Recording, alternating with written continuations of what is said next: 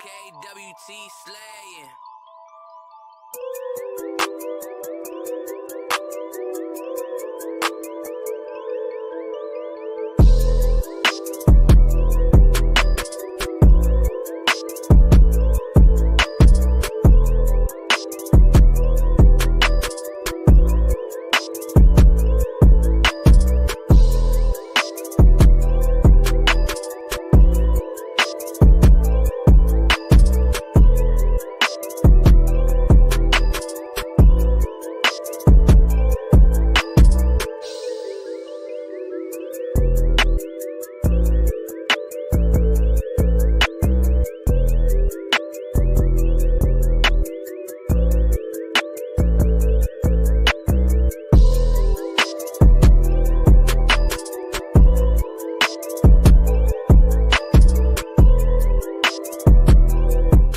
What if the truth was never lost, only buried?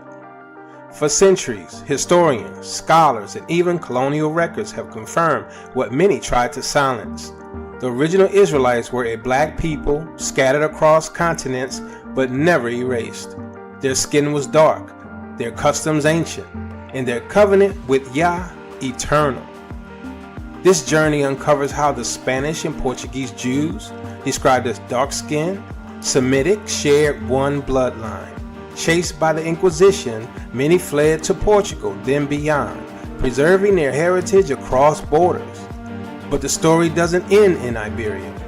Across from West Africa, black Jews built synagogues, kept Torah, and passed down the laws of Moses. The Limba in southern Africa, the Igbo in Nigeria, the Beta Israel in Ethiopia, tribes across the continent boldly declared, "We are the children of Israel." These aren't isolated claims. These are voices rising from the dust, connected by oral histories, Torah traditions, and the unbroken rhythm of their identity. No such legacy exists among European Jews. No centuries of tribal witness, no matching traditions, no trace of ancient covenant keeping. Maps, art, and archaeology tell the same story. The Israelites were scattered, enslaved, and displaced, but never lost. The world always knew who they were. Their presence was visible, their customs alive, their story intact. This book doesn't speculate.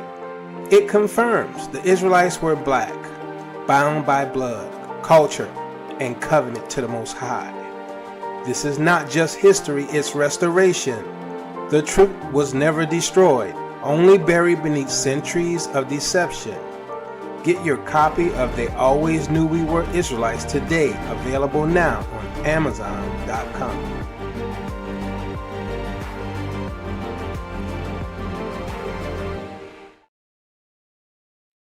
Shabbat Shalom, family. Shabbat Shalom. Hope you're blessed on this Sabbath day. If you haven't gotten my new book, it's called The Book of Our Fathers. Please go to Amazon. And also, if you have my book and haven't given a review, please do so. So, before we get started, I want you to make sure you have a link. I guess I should put it in there. A link to the Rumble account. Just in case there's a little interruption. Who knows? There might be, there may not be. But the way things are today is best to be safe, right? All right. So let me pull that thing up. All right. So I'm going to put this in there. You know what? I'm going to make sure I pin it.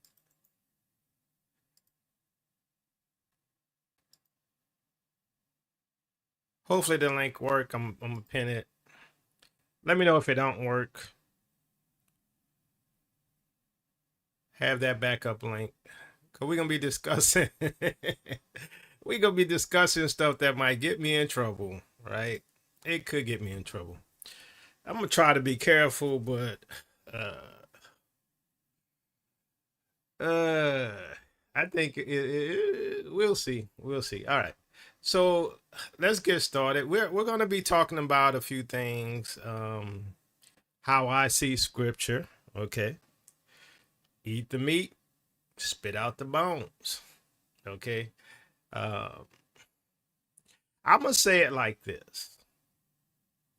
As important as my message was over 5, 6 years ago, when I warned people not to eat a lollipop,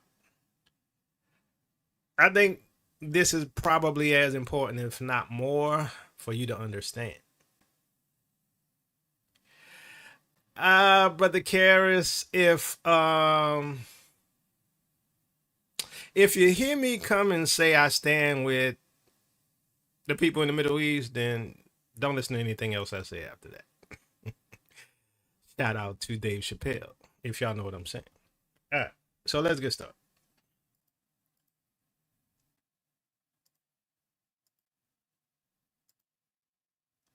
All right, we're gonna start here, Daniel 7:8. While I was thinking about the horns, there before me was another horn, a little one, which came up among them, and three of the first horns were uprooted before it. This horn had eyes like the eyes of a human being and mouth that spoke boastfully. It spoke boastfully. Now, I'm going to read this other scripture because I'm going to tell you what I think. Because, my understanding, it continues to adjust, right? It continues to adjust. And like I said, I'm not saying I'm right. I'm just telling you what I see. All right. So we go straight to Daniel 7:25. He will speak against the Most High and oppress his holy people and try to change the set times and laws. The holy people will be delivered into his hands for a time, times and half a time. Now, I have two ideas about this. One is that it's already occurred, which I lean more towards that. And one that is going to happen again. Not too sure. But I believe, in the Bible we have such things as dual fulfillment. And I think this is where sometimes I get a little confused sometimes when it comes to the biblical symbology. Like for instance, obviously the 10 horns and the 10 toes are the same, but at the same time, historically, they're not. Same thing with this horn, right? We know for a fact that it was the Vatican, it was the Catholic Church, it was the Holy Roman Empire, it was Christianity that set or changed the set times and laws. We know that historically. We know that Rome is the one that oppressed the holy people. But at the same time, when we go to the book of Revelation, we have these 10 horns, right? But only in Daniel do we see the rise of the little horn amongst the 10. Some of those type of things get a little confusing. But as the prophecies continue to unfold, we have to adjust our position. So, for instance, for me, I'm leaning more towards there's a representation of the 10 horns that happened in the past. Because historically, that did happen with Rome, right? And 3 horns were uprooted and stuff like that. But we also see in the book of Revelation, there's these 10 horns also, but they don't gain power until the time of the beast. And they shall give their power to the beast, right? Because they all of like mind. So understand this, that I think what happens is that there's like this dual fulfillment going on. One that happened in the past, one that's happening in the future. Because that's the only way my mind could sort of make sense of it. I'm not saying I'm 100% right. But when you look at the attributes of the little horn, what does it mean to be a little horn? What does it mean? Because horns mean authority. Authority means influence and power. So there was this little horn that came up amongst the 10 that influenced the 10 and it sits on the beast. And so horns are authority, so they influence what the beast does. So then you have this young horn or young nation or young authority that has risen within the beast system. Now, we all know what the beast system is. We can see it today. It is this system that has been designed by the Western powers, right? With the banking system, with the taxes and the military and the oppression and enslavement of Yah's people. And, it's a bit obvious. But when we look at these scriptures and we try to apply them to a modern day, who's the little horn? Because he has eyes of a man, he speaks blasphemies, similar to what we see the beast does. Why? Because that little horn influences the beast. And this is the one thing I get about end time prophecy is you're going to adjust your position, right? You're going to adjust your position. So we're going to look at today who I think the beast, well, we know who the beast is, but we're going to look at today who I think the little horn is, okay? And I think scripturally it is supported, and it ties in really with what we're seeing today. So let's get started, because we're going to start off with something that happens today, and I'm going to build from this, right? I'm going to build for this because I know people want me to talk about it, and I talked about this today on Brother Carey's show, Covenant Awakenings. But I'm going to go into a different direction and give you some stuff that you may or may not have heard. All right, so let's get started. The United States hit Venezuela with a large-scale strike early Saturday and said its president, Nicolas Maduro, had been captured and flown out of the country. Here's what to know. Multiple explosions and low-flying aircraft were seen in Caracas in the early hours of Saturday morning. Maduro's government immediately accused the US of an imperialist attack on civilian and military installations. US President Donald Trump posted on Truth Social that Maduro had been, along with his wife, captured and flown out of the country. He added that the operation was done in conjunction with US law enforcement. The apparent attack itself lasted less than 30 minutes. Trump said in his social media post that the strike was carried out successfully. It comes after the Trump administration has escalated pressure on Maduro, who has decried US military operations against alleged drug traffickers as a thinly veiled effort to oust him from power. It was not immediately clear who was running the country, and Maduro's whereabouts were not immediately known. All right, so if y'all want the details of what I believe is going on there, y'all could go to Covenant Awakenings and listen to the discussion we had this morning. But when we look at what's happening, and I'm gonna just give you the short side of it. When you look at what happened to Maduro, right? I think they had some kind of backroom deal. You cannot take out the leader of a nation that easy. I'm sorry. It's like you had to open the door and let him in, right? It was too quick, too fast, and then they want to classify it as a police operation, which tells me that it's really was some kind of international law that they went in on, and they were invited by someone or whatever, or an agreement with Maduro to take some money and go live on an island somewhere, right? So, but what does that have to do with the little horn?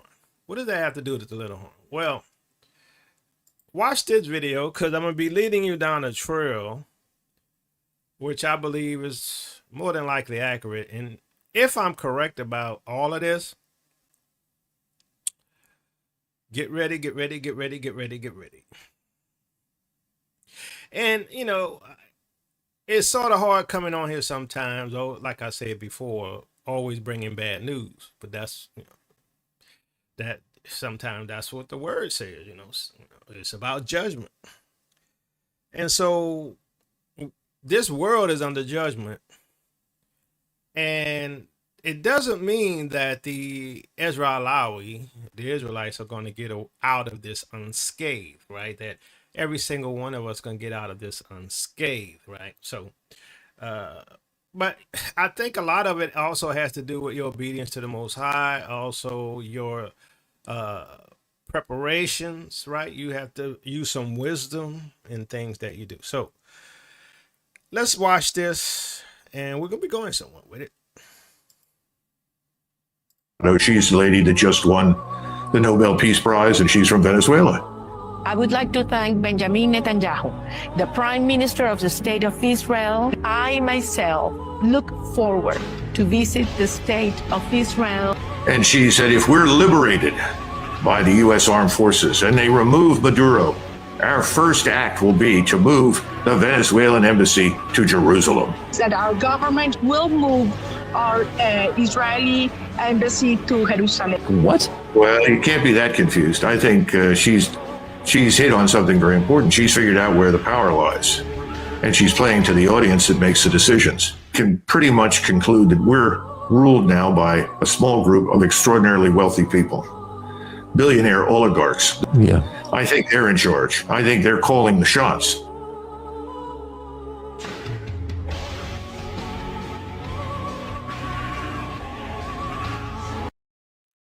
So we know for a fact that every president has to go to this wall and pay homage to the idol called the Wailing Wall, right? We also know that they have to go to the Vatican and visit the Pope. Two power structures. But who's influencing things on the world scene? And as he said, we're ruled by oligarchs, right? And this nation in the Middle East, I'm not going to say it, but y'all heard it, has authority and influences them. As the woman who was the opposition for Venezuela has to pay homage to the people in the Middle East. She going to have to go and violate this wall as well. As a matter of fact, in my opinion, everybody in this world, Israel, Gentiles, whatever, are going to be confronted with whether or not you do like Dave Chappelle said. I stand with the people in the Middle East. Dave Chappelle said, if I say that, don't listen to nothing else I say afterwards. This is the times we're living in. And so we're dealing with the little horn. I know you must have figured out who the little horn is already, right? As Minister Taylor just said, the nation you are not allowed to name. That's the little horn. It's a young nation. That's why it's little. But has huge influence over the beast system. Let's continue. Best partner that the countries of Africa could have, and it's something that is dear to our hearts.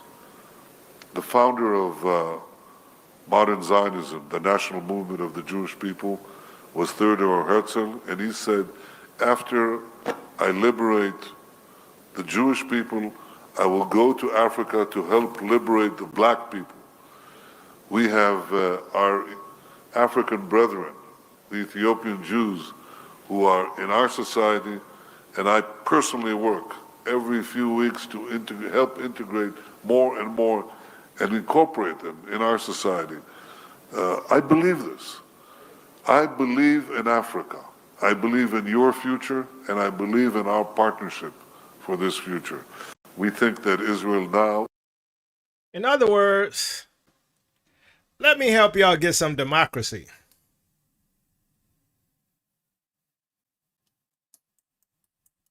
And while I'm at it, let me take some of your oil and your gold and run your local government as well.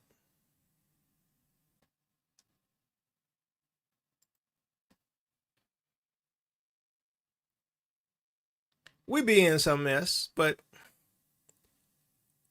as much as the drama and the threats of the sword of Damocles hanging over our head also denotes the Most High's soon deliverance of his people. But if y'all can't see or feel the evil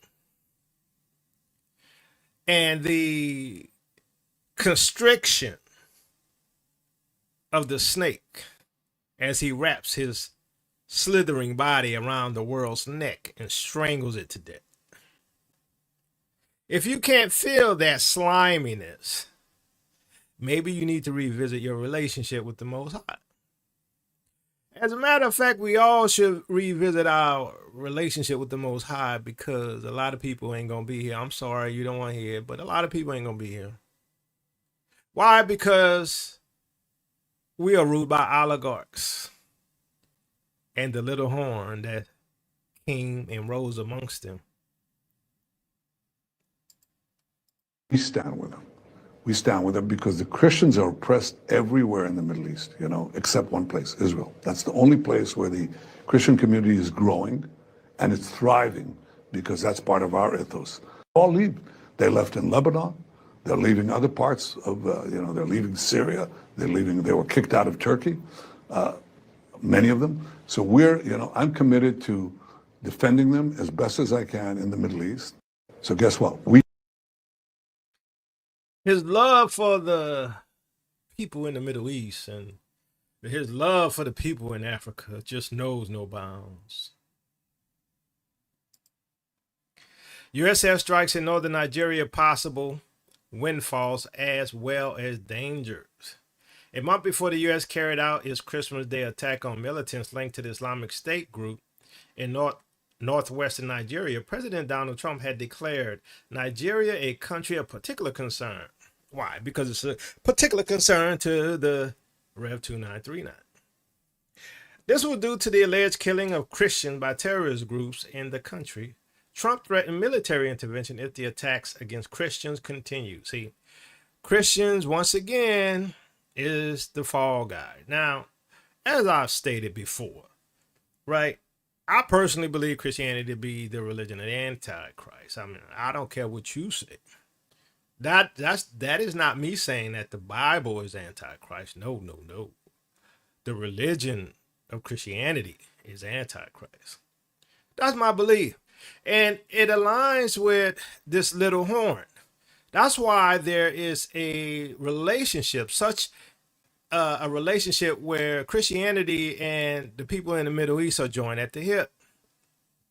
The threat became a reality on Christmas Day when the U.S. military's Africa Command, in coordination with the Nigerian authorities, carried out strikes on terrorist locations in Sokoto State, northwest Nigeria. There were mixed reactions to the attack. Some citizens hailed the attack, saying they hoped they would send a message to the terrorists to desist from their activities. Others condemned the strikes, citing concerns about sovereignty. I've been researching conflicts, terrorism, and the formation of insurgent groups in Nigeria and the Sahel for over a decade. After the U.S. intervention, a key question that arises is, does the attack strengthen Nigeria's counterterrorism mechanisms, or will it weaken them and threaten national security and sovereignty? I argue that the U.S. military intervention will indeed strengthen the hand of the Nigerian government in fighting insurgency in the short term in 4 ways, including enhanced intelligence gathering. Nevertheless, there are also a risk that it will trigger unintended consequences if Nigeria doesn't fully take charge of its counterterrorism initiative. So basically what's happening here is that Nigeria is aligning themselves with the West. So here you see that the Nigerian government was involved with allowing the U.S. to come in and bomb within their state. Now, in the beginning, they didn't say that. You notice that, right? In the beginning, they didn't say that. Well, let's look at this and see where this whole thing with Nigeria is leading. And the continent of Africa, not just Nigeria. Because as far as Tell Ministries teach, Africa is part of the land that is given to the Israelites. Specifically East Africa and Ethiopian highlands. We're going to talk about that as well. How all of these things come full circle, and how the understanding of what's truly happening, the rest of the world and most of the world will not understand, because they are in a delusion. They are caught in the matrix. They are caught in the lie. Our Judeo-Christian tradition basically being waged around the globe. And it's waged primarily by 2 forces. radical Shiite Islam and radical Sunni Islam. That means the axis that is led by Iran, much battered, admittedly, but still there, and the axis, the Sunni axis, led by the Muslim Brotherhood, which permeates everything. They go to Europe, they go to the United States, they go to Africa, Nigeria. And we are conscious of the fact that Christians are being persecuted across the Middle East, in Syria, in Lebanon, in Nigeria, in Turkey, and beyond. And we're also aware of the fact, as you are, that one country protects the Christian community, enables it to grow, defends it, and makes sure that it thrives. And that country is Israel. There is no other. None. We are joining an effort to have basically a united nations of countries that support Christian communities around the world, beleaguered communities who deserve our help. Just as you are helping us, we want to help back. And we're capable of doing that. In Africa with Intel, in the Middle East with a lot of means that I won't itemize each one. But this is what our agenda is. It's a main part of our agenda, and it's going to continue with greater force and greater might in this coming year. I want to use this opportunity to wish you all, well, it's kind of late for a Merry Christmas, but a belated Happy Christmas, and not a belated, and on time, a Happy New Year. May it be a year of prosperity, peace, and security for all of us, but especially for the Christian communities around the world. So thank you. Happy New Year to all of you, and thank you. So my question to you is this. What happened, family, during the time of our enslavement? How did the Western Europeans get on the continent so easily?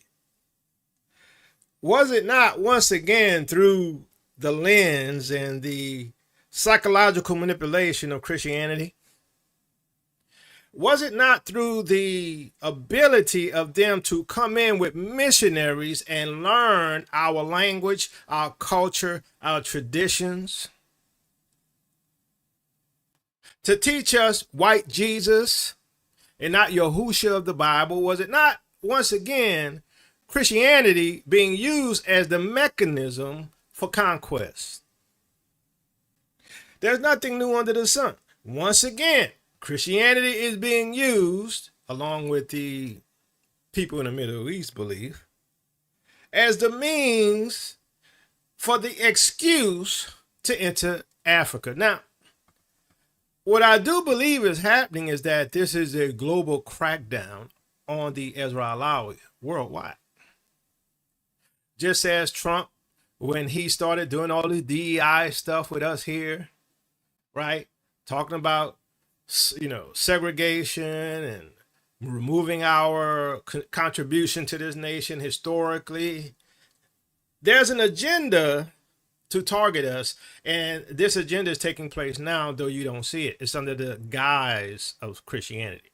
Yes, Christianity enslaved us. It's under the guise of Christianity. The conquest of the Israeli is under the guise of Christianity. Now, Nigeria has a huge population of Israeli, both Yoruba, northern tribes, and not all Yoruba northern, some are southern, they all mix, right? But they got Israel in Nigeria. Judah's there, northern tribes there. Just a coincidence? Is it really all about oil? Is it really, truly all about oil? That's what I want to know. Let's look at this right quick, because this is going to be really interesting here. You're going to see how the little horn is ruling the world. Now, what other nation on the planet fits the imagery of a little horn, right? Which is a young nation and small that has such influence that it is a horn on the beast system, the world governmental system, and it directs it and tells it what to do. Come on. That's why I told you, this is a dangerous show. But the bottom line is, we in the midst of revelation. Whether or not people want to believe it or not, we're in the midst of the book of Revelation. And most people are going to be unaware. That's just the way it is. Most people ate a lollipop. Most people are going to take the mark of the beast, probably. Because they don't listen. Because it's subtle. Because the deception is tied to a belief system that they're already in. And it's called Christianity. I know y'all don't want to hear this. I'm sorry. Christian. Do your research. But y'all don't want to do that. Y'all don't want to do. You don't want to look at the history of Christianity. You don't want to look at the creeds that they spoke. You don't want to look at the fact that they decided that they're not going to follow Torah or the prophets and the apostles. You don't want to look at none of that. You want to stick with your Christian doctrine. We the crazy ones. We're the cults. We're the nuts. But we did our research. Well, let's look at this. Trump bombed Nigeria.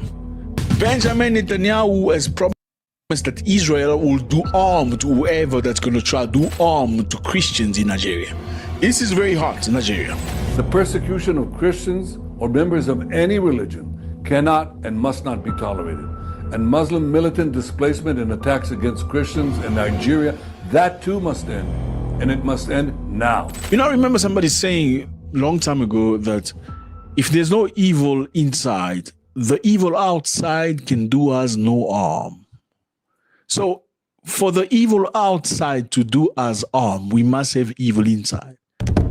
Basically, if two brothers or two friends have no problem with each other, it doesn't matter what you say to one of them about the other. You say, nah, I don't believe you. Nah, it's okay, whatever it is, because they have no problem.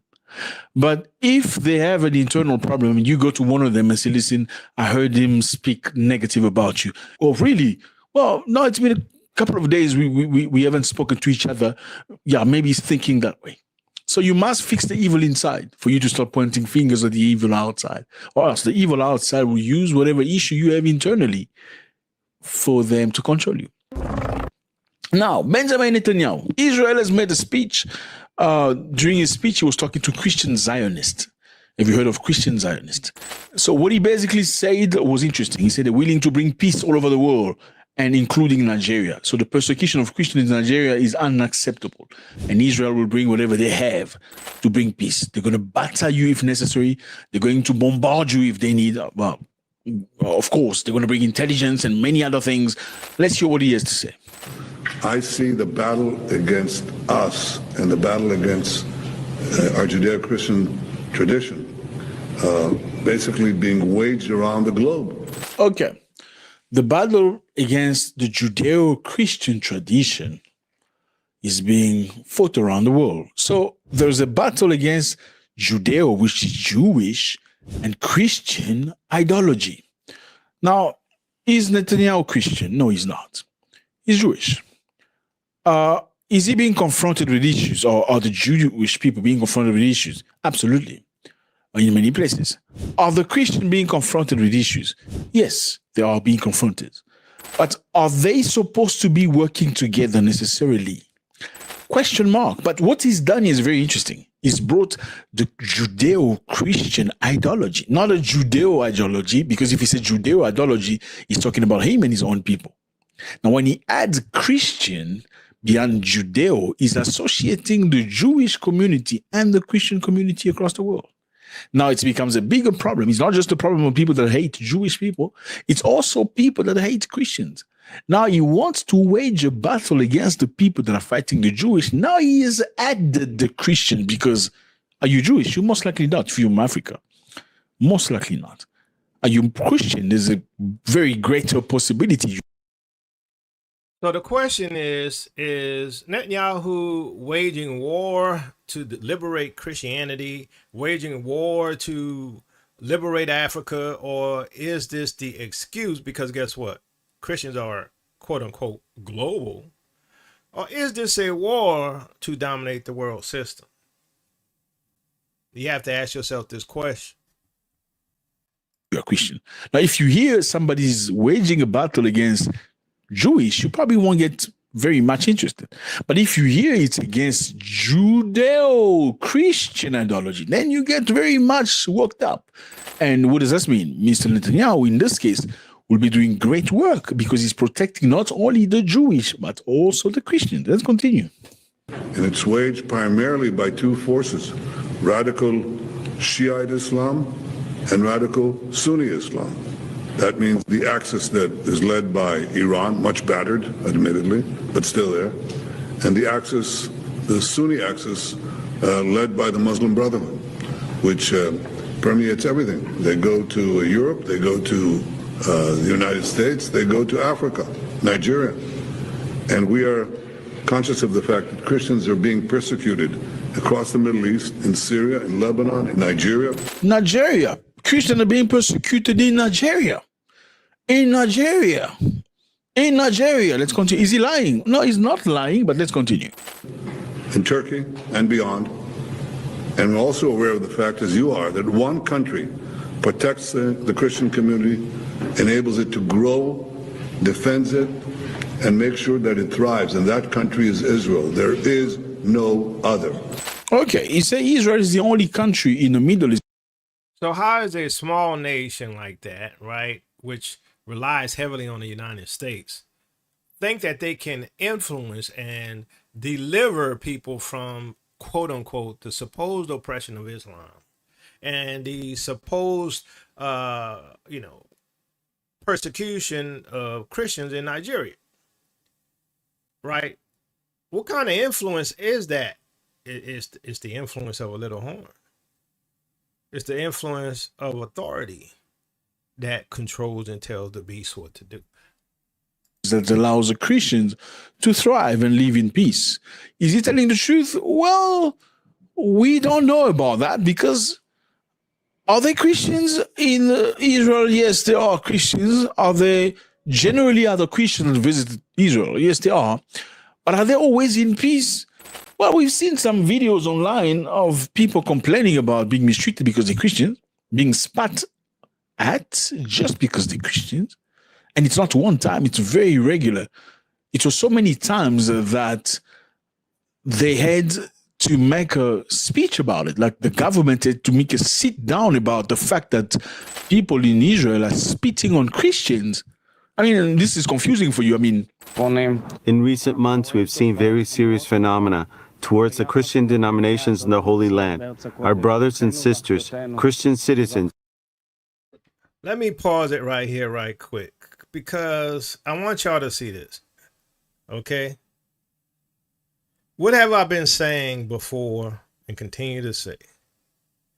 This whole thing is run by Rome. He's a Roman, and he's a Roman, and he's a Roman, and she's a Roman, and Americans are Romans, and Anglo-Saxons are Romans. Everyone is under the control of the Roman system, the Roman Empire. It still exists. This is why with the statue of Daniel, you have the 2 legs of iron all the way down to the toes. They claim to be a different belief system, but they are both working together. Very serious phenomena towards the Christian denominations in the Holy Land. Our brothers and sisters, Christian citizens, feel attacked in their places of prayer, in their cemeteries, and on the streets. We must respect the members of all religions. We've committed to this since the dawn of our existence. This is the most basic commandment of love your neighbor as yourself. Jewish people are supposed to love Christians, right? Was Jesus Christian? Well, Jesus was not Christian. I know Christianity was born after Jesus. I mean, a lot of you here follow Jesus. But were the people in Jerusalem in his time believe in Jesus? Well, we can just ask who killed Jesus.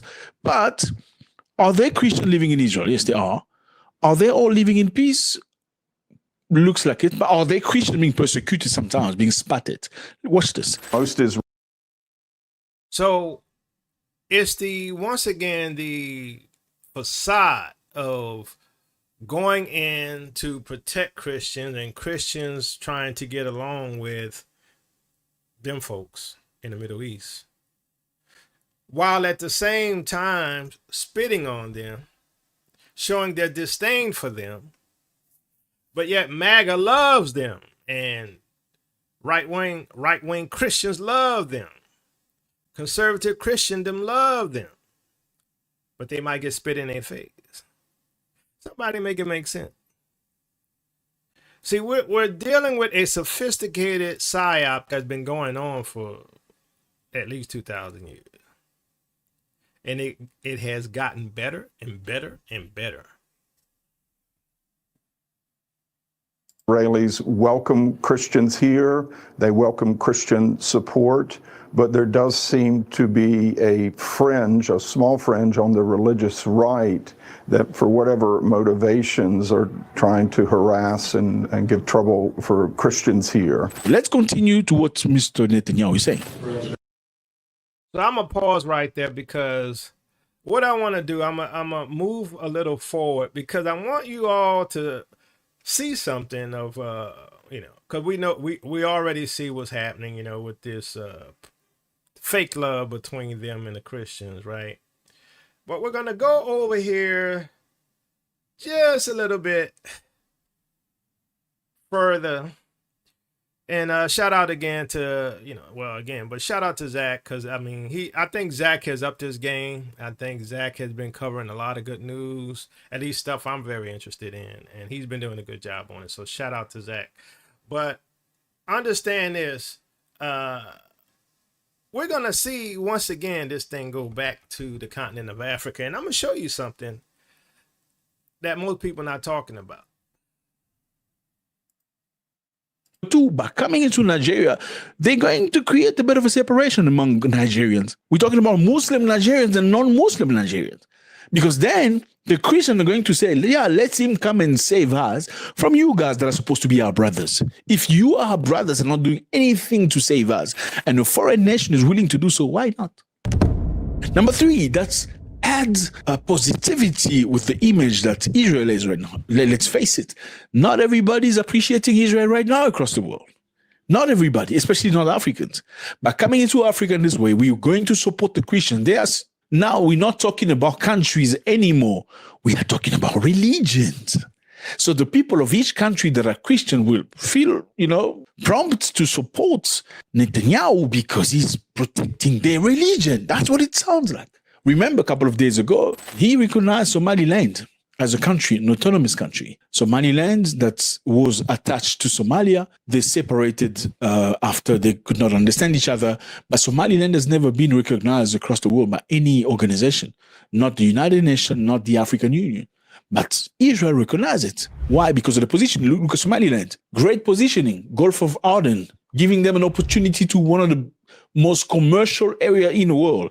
And number two, a good view into Yemen. So it's very strategic. By doing so, they incited Somali to get very angry at them.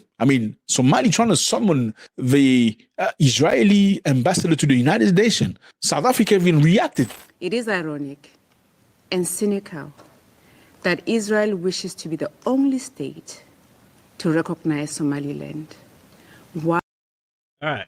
So my question would be, why do you think that they recognize Somaliland?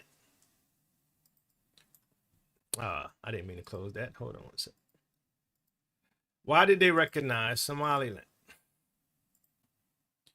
Somaliland already operates as a de facto state, so why is Israel's recognition of it so controversial?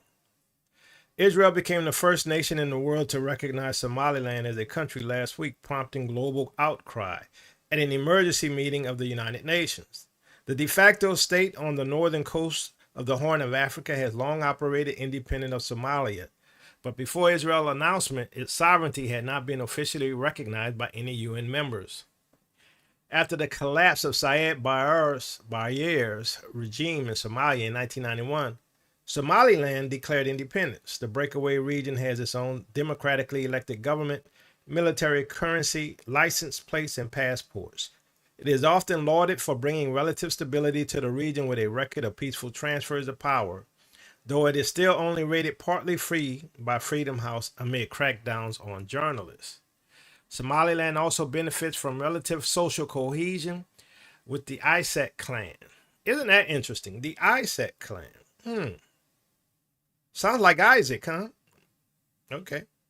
With the Isaac clan comprising of the majority of the population, a factor which has contributed to its stability in a clan-based society, according to Seth Kaplan, a lecturer of the Johns Hopkins School of Advanced International Studies who has researched Somaliland. Now, I think there's more prophetic things going on here than most people realize. And, as I said, look, there's Israelites all over the continent of Africa, period, right? With a T. There's Israelites here in Somaliland and Somalia, Sudan, everywhere, right? I'm going to tell you, I think the dragon is busy. I'm telling you, he's coming for us. All under the guise of Christianity. You ain't got to believe me. You don't have to believe me. But it's all a con. Now, there's something interesting that I want to show you all, right? And this is very interesting. And, okay. Let me share it, and I'm going to tell you what we're looking at here, okay? Now, this is a document. It's from 1945, the Horror Council Project. And the Horror Council Project basically was in the U.S. Government refugee records, right, from the 1940s. So when they were looking at, different places like Uganda and Kenya for places to put the quote unquote refugees from Germany, right, you had a guy named Herman Fernberg, right, he's Ashkenaz, who organized an entity usually styled as the Council for an Autonomous Jewish Province in Harar. The material still exists, right? And there's correspondence between him and the British Crown. Now, let me read this to you right quick. My proposal is to unite the so-called Harar territory of Ethiopia with part of the British Somaliland and create there a state for the European Jews. This territory is large enough, it would be easy to devote 60,000 to 70,000 square miles there for this purpose. This territory is inhabited by a small agricultural population who are not likely to raise great difficulties. In other words, they're not going to be giving us no grief like the Palestinians, right? Nevertheless, it will be necessary to remember the lessons learned by the Palestine experience, namely to prevent the territory being overrun by people from other parts of Ethiopia and to keep out foreign agitators. The climate on the plateau is absolutely healthy and suitable for Europeans. Those parts of the Somali coast which have a bad climate could be improved in measurable time by irrigation. So they admit to being Europeans if you're paying attention. The Harar territory is particularly suitable for agriculture and hence for mass immigration. It would have ready markets for its agricultural and later its industrial products in the interior of Africa, in the Arabian countries, and in parts of India. Politically, these territories belong, as already stated, to the Great Britain and the Empire of Ethiopia. In July 1935, the British government proposed to the Emperor of Ethiopia that the port of Zela and certain other parts of British Somaliland be ceded to him if he were prepared to make certain concessions to Italy. Now you can sort of figure out why Italy invaded. It is therefore not impossible that the British government may today be ready to cede a rather larger portion of Somaliland together with the port of Berbera to the European Jewish state we have in mind. Now, isn't it interesting that they have decided that this is a good location to put European Jews? Now, they claim to be Europeans, and that is made for Europeans, where Europeans can exist on the coast. Why? Because Europeans can't really exist in the heart of Africa. Why? Because they light, bright, and almost white. Now, let's look at some of the letters right quick. Right, so this is the Red Sea. This is Ethiopia here. This is Harar, and I'm going to show you what I think is going on.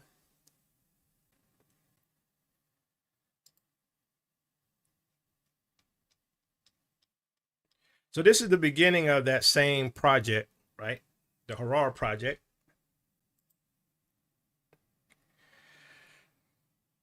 The Honorable, the Secretary of State, Washington, sir, I have the honor to enclose herewith as of possible interest to the Department a copy of the reply of the Ethiopian government to a request from a Jewish refugee group for assistance in establishing a settlement for Jewish refugees in Harar province, Ethiopia. It will be seen that the reply is not favorable. The request of the Jewish group, which I have seen, but of which I do not have a copy, was rather sweeping, being for practically the entire province of Harar. I have been told that the request or documents relating to it had distributed at the recent International Labor Conference at Philadelphia. Gentlemen, His Imperial Majesty has examined with thoughtful consideration the proposal submitted to him in a letter under the date of the 26th of January 1944, jointly signed by Mr. Irwin Kraft, Mr. Herman Furrenberg, and Madame Marie Ginsburg, concerning a project for the settlement of European Jewish refugees in the province of Harar of the Empire of Ethiopia. The proposal is that the province be set aside for the immigration of European Jews and be placed under the autonomous regime to be administered by such refugees. Now, I find it interesting, and I don't know about you. I've never heard of this project. I've never heard of them wanting to have access to Harar or have access to Somaliland. I've heard about the Uganda project. I heard about it, Kenya, right? But I've never heard of this. Give me a 1 if you haven't heard of this. Give me a 2 if you did hear of it. His Imperial Majesty, my august sovereign, has ever been most solicitous of the terrible plight of the refugees in and from Europe, and his desires for affording assistance have been limited only by the fact that following 5 years of pillage and destruction, the means of assistance have been all inadequate for the needs even of the thousands of subjects of His Imperial Majesty who are today homeless and destitute as a result of the Italian occupation. Notwithstanding these difficulties, His Imperial Majesty has afforded asylum to many refugees from Europe in certain scattered areas where foreign settlers might be accepted, and is today collaborating with other United Nations in searching for a practical solution to the difficult problem of the refugees. Now, here's the thing. Why do they keep looking in Africa for their homeland? Somebody answer the question for me, please. Why were they looking in Uganda? Why were they looking in Kenya? Why were they looking in Harar? Can we say Ethiopia? If Jerusalem, the real Israel, the real land isn't there, somebody make it make sense. The only reason they didn't go to these places is because it was too black. If they went there, they couldn't claim this is Jerusalem and, this is our homeland and we want to take it over. They couldn't do it. Because everybody black. Dark black at that. Chocolate black at that. So understand, we have all of this communication going on for Harar and Somaliland. Now today, Netanyahu and them made a deal recognizing Somaliland. Now some people say to send the Palestinians over there. I'm not convinced that's the case. Why would they make a deal with Somaliland and send the Palestinians over there when the initial thought was that they would send European Jews there?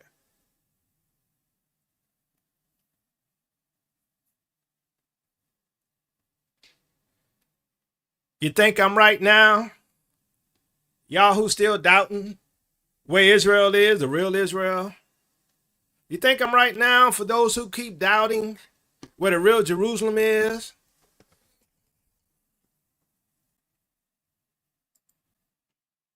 So one thing we have to notice is that the name of this location is Harar. Very interesting. Why is that interesting? Because, at least for me, there's a few things that I see. So the name of it is Harar. And there's a Aroer in the Bible. Aroer was a significant Amorite city located on the northern edge of the Arnon Gorge that Israel conquered from King Sihon marking the southern boundary of their Transjordan territory. So they say Transjordan because they tie this to the Middle East. And we know that Aurora was east of quote unquote Jerusalem. So if Harar was east of Jerusalem, then they had to push it into Jordan. But there's other places that they said Jordan was too, the Jordan River and all these other places. I mean, it can't be all of these places, right? Everybody's compressed in these small areas. You got a whole Amorite empire or city or whatever over quote unquote Jordan. But we have, just coincidentally, Harar. And we got Haror. Now, in my opinion, mind you, you could agree to disagree. We're dealing with what they call phonetic drift. And Harar, which is near Somaliland, is east of Lalibela, east of Jerusalem. Aurora, right, it has this similar phonetics as Harar. Now, in my opinion, Harar preserves the same hard consonant structure, right? The same loss of softening of the guttural. So like it went from Aurora to Horror. Coincidence? Just like with Zaire, right? In the Bible, you got Zaire, Z-A-I-R, but you also have Zaire, Z-A-I-R-E, right? You got Dahomey, tribe of Dan, which is associated with the tribe of Dan. You got the Gaza and Eritrea, which is associated with the Gaza of the Bible, if you have read my book, True Jerusalem.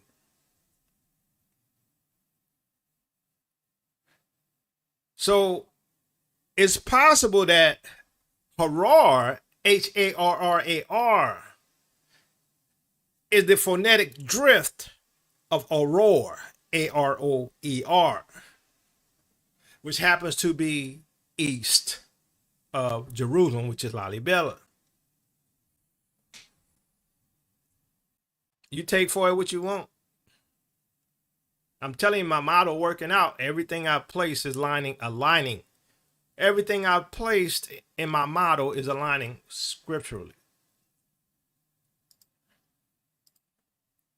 Deuteronomy 2:36, from Aurora, which is by the brink of the river of Arnon, and from the city that is by the river, even unto Gilead, there was not one city too strong for us. Yahuwah our Elohim delivered all unto us.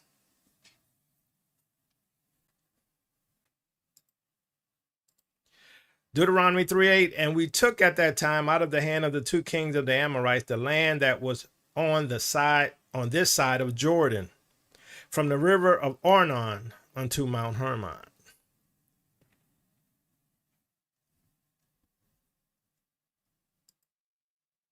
So we have this phonetic drift that places Harar east of Jerusalem in my model, which is Lalibela. We have the Jews in the Middle East that during the time that they were fleeing Germany was looking for a place to stay. Some of those places were Uganda, Kenya. Now we know Harar as well. Now all of a sudden, Israel recognizes Somaliland, which is the same place that they wanted to send the refugees to begin with, and in Harar, based upon the Harar Project. At the same time, we have this move to pretty much, in my opinion, clandestinely conquer Africa. That's why Trump is so in love with the Nigerian Christians. I have to save the Christians. I can't have you killing the Christians. We must send forces to bomb and save the Christians, as they bomb the Christian and the Muslims.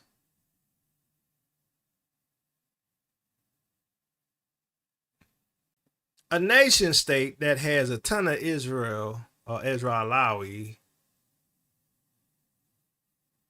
living there. Make it make sense. Is it coincidence? Then we have the Greater Israel Project. This is the logo of the IDF. And this is Arabia. This is the so-called Israel in the Middle East and parts of what they call Egypt and parts of lower Egypt.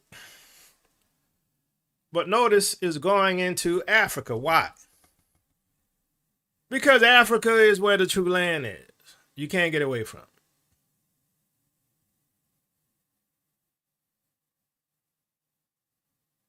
If you think on a global biblical scenario, the dragon is wrapping his tail around the world under the guise of Christianity.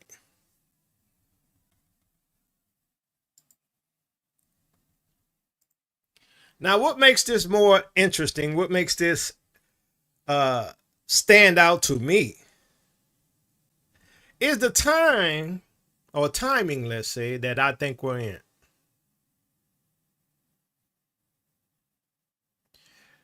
I'm not saying I'm right.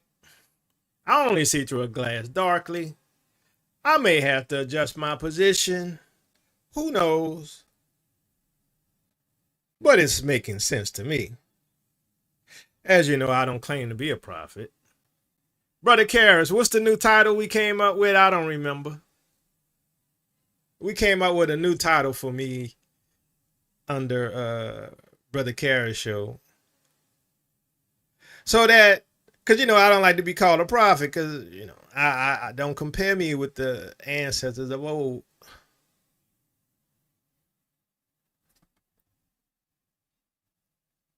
Yeah, there we go. There we go. Pastor Rick, prophetic resource. That's what Karras said. Prophetic resource. I like that better. Prophetic resource. That's my new title, y'all. I like that one. Brother Karras came up with that one. So as we move along, we see this global shifting, right? And the move of the dragon under the guise of wanting to protect Christians. And see, Christianity is the biggest religion of the world. Christianity is the biggest religion in the world. So they can do that. Why? Because everywhere is a Christian. So all they have to do is say there's persecution here, terrorism there. Let's go save the Christians. Oh, they're coming under the banner of the white flag. As they come and conquer and take over your resources and establish a new system of governance and digital IDs and digital tracking, monitoring, AI, robots, and everything else. Oh yeah, we in trouble.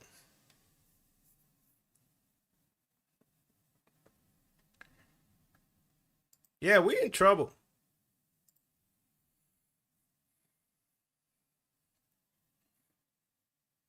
But understand this, the Bible does say we're going to flee. It says we're going to flee. It's just that situations have to change. We're going to flee. We just can't go to certain places right now because of the destabilization. Why? Because the snake is slithering around the globe under the guise of Christianity, under the guise of saving the Christians. We must deliver the Christians. We must save the Christians. While the Christians are the ones bombing people, deleting babies and mommies and daddies and families. While the Christians are invading people's territory and taking their presidents out. While the Christians who say, I don't have empathy for anybody, but I believe in Jesus. While the Christians sit there and will take care of a dog before they take care of a black homeless person. I'm not saying all of y'all now. Don't get me twisted.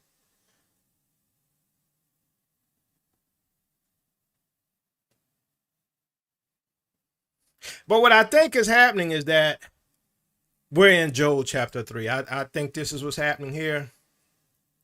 I think we're here, family. This is where I think we're at. In those days and at that time, when I restore the fortunes of Judah and Jerusalem, I will gather all nations and bring them down to the valley of Jehoshaphat. Can we say decision? There I will put them on trial for what they did to my inheritance, my people Israel, because they scattered my people among the nations and divided up my land. They cast lots for my people and traded a boy for prostitutes. They sold girls for wine to drink. This is where I believe we're at. Now, what have you against me, Tyre and Sidon, and all you regions of Philistia? Are you repaying me for something I've done? If you're paying me back, I will swiftly and speedily return on your own heads what you have done, for you took my silver and my gold and carried off my finest treasures to your temples. You sold the people of Judah and Jerusalem to the Greeks, that you might send them far from their homeland.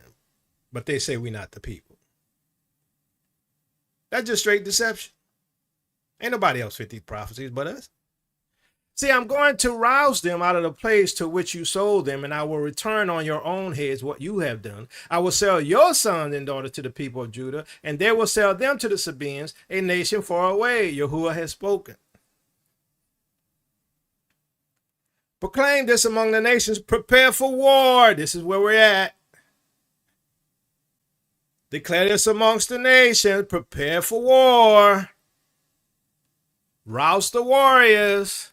Let all the fighting men draw near and attack. Beat your plowshares into swords, your pruning hooks into spears. Let the weakling say, I am strong. Come quickly, all you nations, from every side, and assemble there. Assemble where?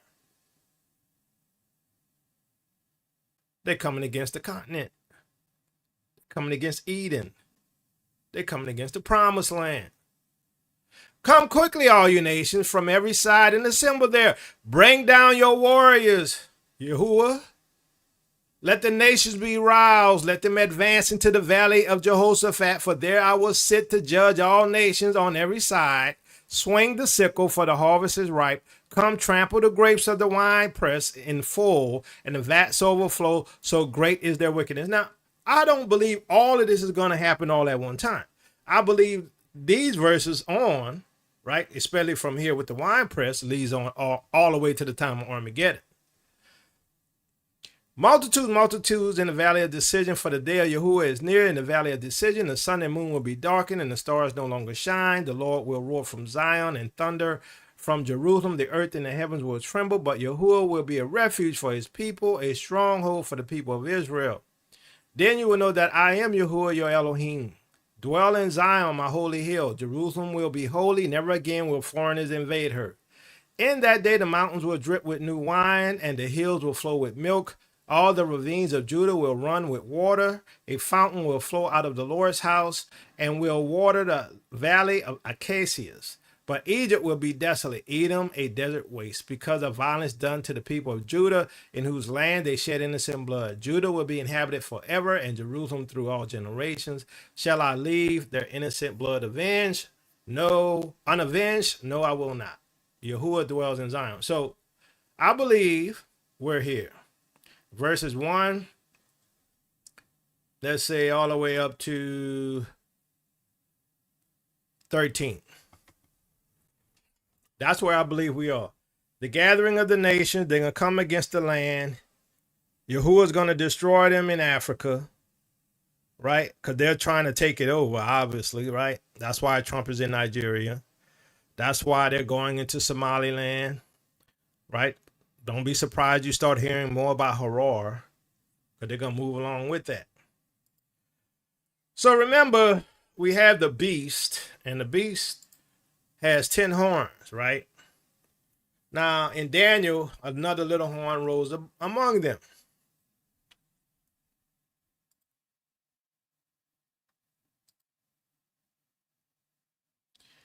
Now, one thing we know about that horn was, back to Daniel, this horn had eyes like the eyes of a human being and a mouth that spoke boastfully. He has a mouth that speaks boastfully.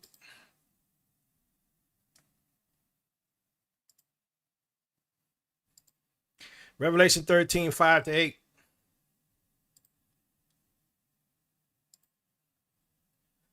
The beast was given a mouth to utter proud words. Wait a minute. Family. Didn't I just read something right here? Hold on. Let me go back. The horn had eyes like the eyes of a human being and a mouth that spoke boastfully. What do we see in Revelation 13? The beast was given a mouth to utter proud words and blasphemies and to exercise his authority for 42 months. It opened its mouth to blaspheme God and to slander his name and his dwelling place in those who live in heaven. It was given power to wage war against God's holy people and to conquer them, and it was given authority over every tribe, people, language, and nation. All inhabitants of the earth will worship the beast, all whose names have not been written in the Lamb's book of life, the Lamb who was slain from the creation of the world. Now, the beast is a system. The system is associated with a man. The question is, are they going to worship the man or are they going to worship the system? Worship has to do with submission. For instance, the Bible says that the image that speaks causes everyone who does not bow down or worship it to be killed. Why? Because worship means submission. So you have the horns that speaks boastfully, and you have the beast with a proud mouth, or a mouth that utters proud words. That means that little horn is the one directing the system, directing the beast, and we know what the beast is. Revelation 13:5, the beast was given a mouth to utter proud words and blasphemies and to exercise his authority for 42 months, 3.5 years. How long are we supposed to be in the wilderness, family? 3.5 years.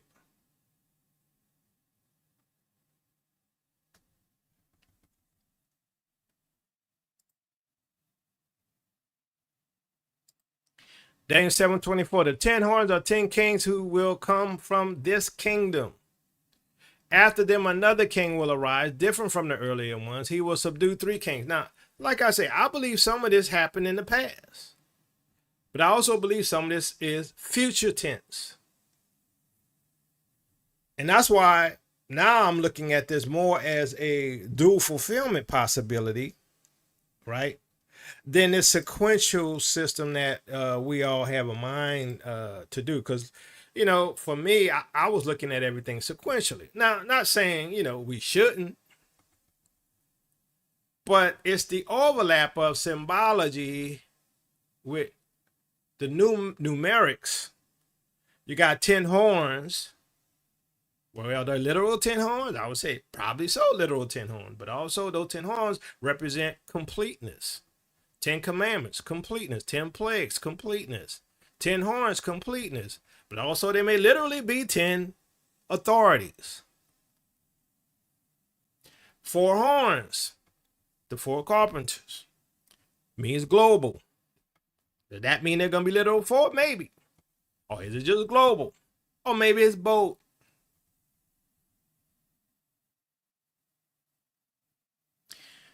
Understand this. Even though this is a global totalitarian system and everyone is under it,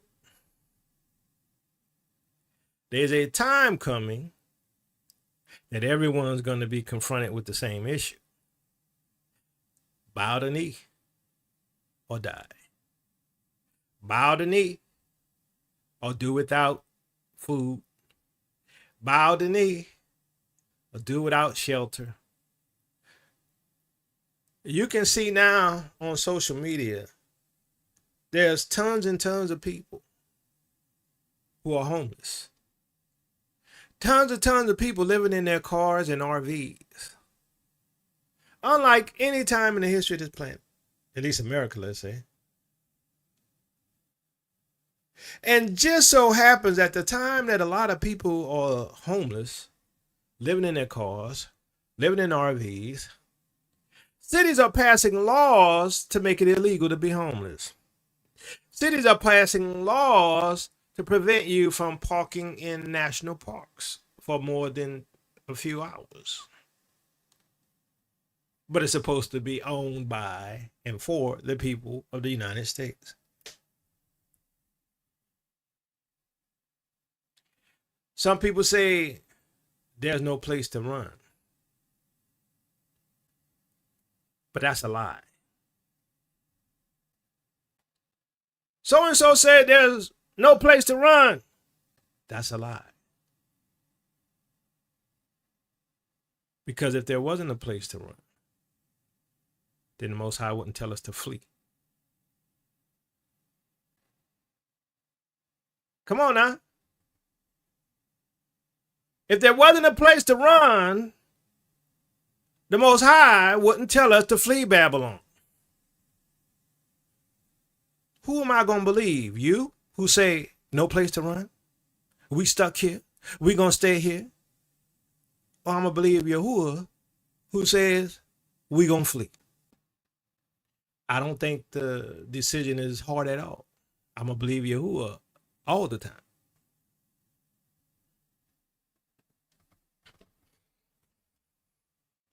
Point being is, when you look at what's happening, and you look at the history, and you look at the Horror Council, and you look at what Netanyahu wants to do, how he wants to liberate Africa, when you look at what's happening in Africa with the puppet who is conquering Venezuela, and also who's bombing Nigeria, all at the time, the one who came to the office who says, I'm coming to bring peace,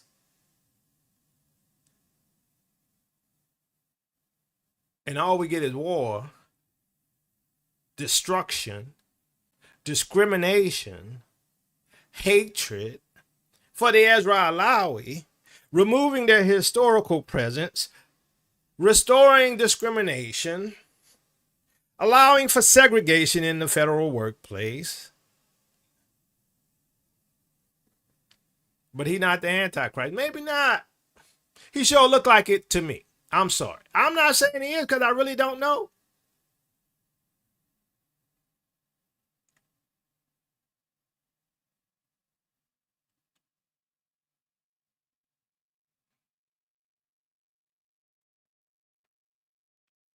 Like I've said before, I think we're somewhere near Revelation 12. If we're near Revelation 12, then the Antichrist got to be on the scene. If the Antichrist is on the scene, then who is it? Is it going to be J.D. Vance? Is it going to be any of them guys? I don't know.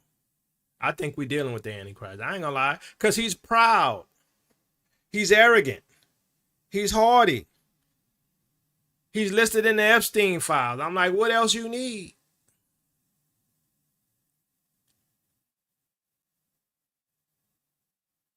But Christians gonna gaslight you. Ain't nothing to see here. It's all good. He's saving our people on the continent of Africa. What you crying for, Yakoba? Don't you want him to go help our people? No, I don't. Our people need to deliver themselves with the help of Yahuwah. I'm going to tell you this right now. We need help. And there's only one place help is coming from, and that's from the Most High. Do I think I'm getting out of this unscathed? I hope so, but I don't know. Do I get tired of warning people all the time and they're not listening? Yes, I do. But I do it for the Most High. I do it for my people. Even when my people be hating on me, I don't want to see you enslaved. I don't want to see you hurting. I don't want to see you persecuted. I don't want to see you discriminated against. I don't want to see you gaslighted by your own people. I don't want us to be divided. Black women hating black men and black men hating black women. That got to stop. That has to stop. I don't want to see our people marrying them folks. You're going to dilute your own bloodline? You're going to dilute your inheritance? You're going to dilute your culture, your traditions? Because the Bible don't matter to some of y'all. I know, I get it. But the Bible says in Jubilees that the people of Israel is going to turn back to Torah. What does Torah tell you? What does the laws tell you to do? Bottom line. Don't hate on me because I'm honest. Who's telling you the truth? Nobody, not many. There's a few.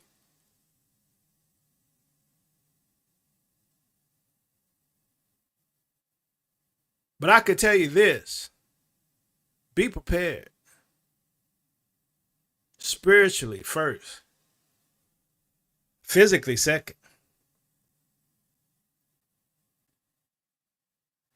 Because I'm going to tell you this right now.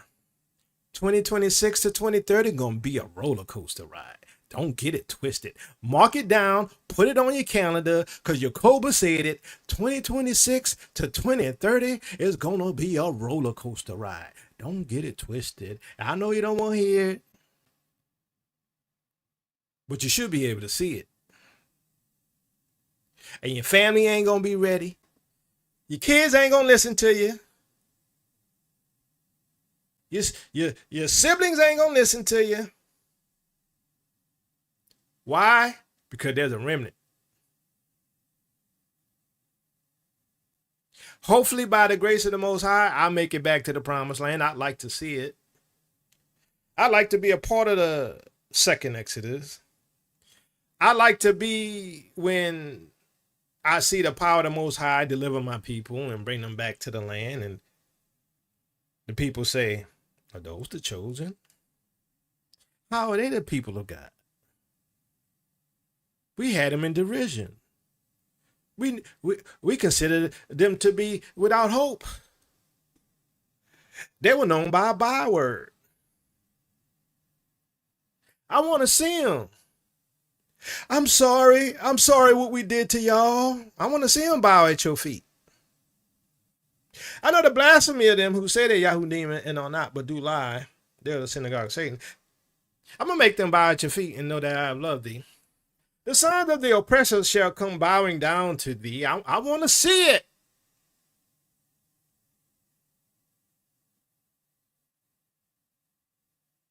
But you don't sound like a Christian. No, I'm not a Christian. I'm a follower of Yahuwah. I'm a follower of Yeshua. And I'm not going to play the Christian game. And I'm not going to say you could call me a Christian because now I consider that to be, a byword. You could call me a disciple of Yahusha. You could call me a follower of the way. You could call me an Ezra Alawi.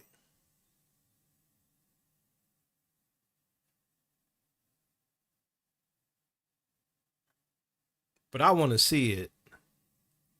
Hopefully the Most High give me grace to be a part of the second Exodus and to see it. Because I know what I'm doing is dangerous. I know, look, especially in today's society, I know what I'm saying can cost me. I know I'm in danger. But what am I going to do? I fear Yah more than man. You think I'm going to give up on the will of my Father? No. You think I'm going to let them scare me? No. Now I do know there's a time coming when no man can work. I know it's coming soon. So I got to finish my course and finish the race. While other people telling you that Gentiles can't be saved. While other people telling you John 3:16, world don't mean world, it means Israel. Somebody make it make sense.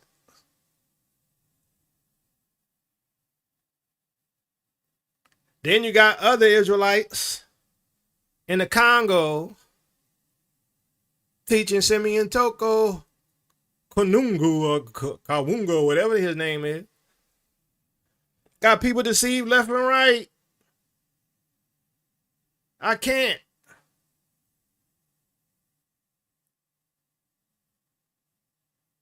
I'm like, how many sane people are left? The Bible tell you that Yahusha is God in human flesh, but they say he's not. He's Joseph's son. Somebody make it make sense.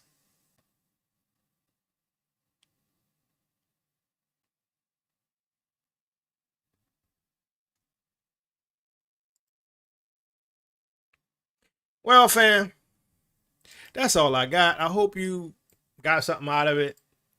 Maybe you can dig deeper and do deeper research on it, and reach out to me what you find. And the problem I had is that my track record is pretty good, and I think I'm right. And if I'm right, we're in some deep doo-doo. But it's all been prophesied to begin with. And if you believe the scriptures, then you walk on that. You stand on that. But Israel has always been considered sheep for the slaughter. Let's not act like it's not true. If you believe you Israel, you was counted as sheep for the slaughter. Don't get it twisted. Yeshua said they persecuted me, they're going to persecute you. Don't get it twisted. It's Christianity that says you don't have to go through nothing.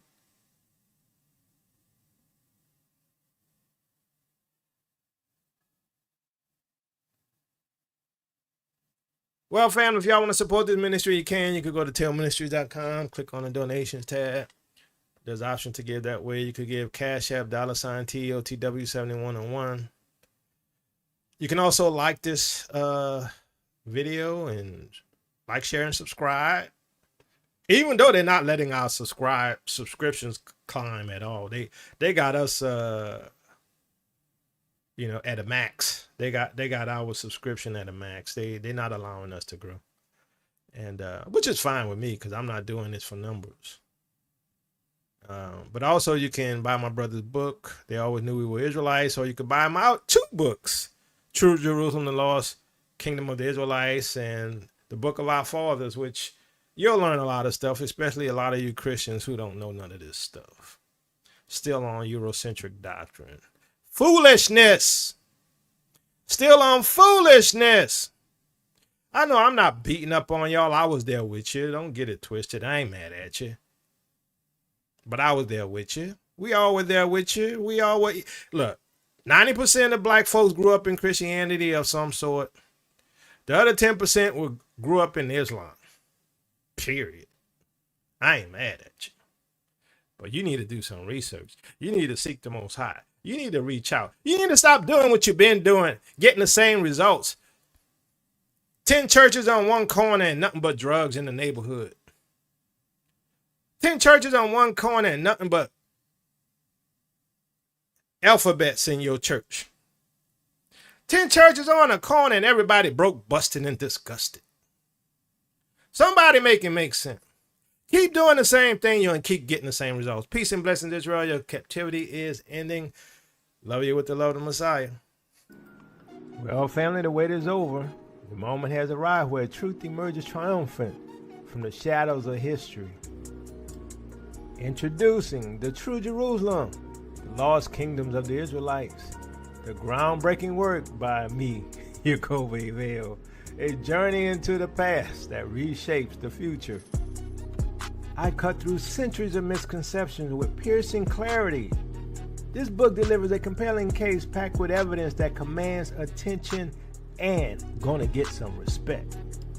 Come with me for a second, family, and discover how these thrilling civilizations flourished, protected by towering highlands and sustained by advanced engineering. Some have asked, where is Jerusalem? Is it the land in the Middle East? I say no.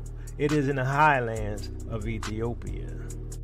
With hours of groundbreaking research, this book brings in a new revelation, and it will transform your understanding of African history and its connections to the ancient world.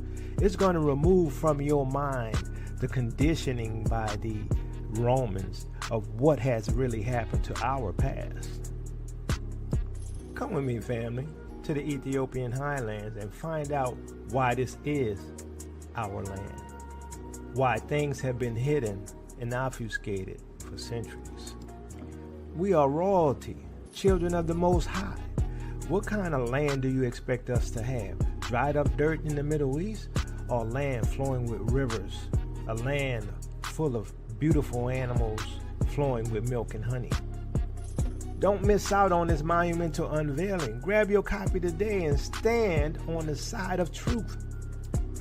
Visit Amazon.com or www.tailministries.com to purchase your book and join Jacoby Vale's teachings on Tail Ministries.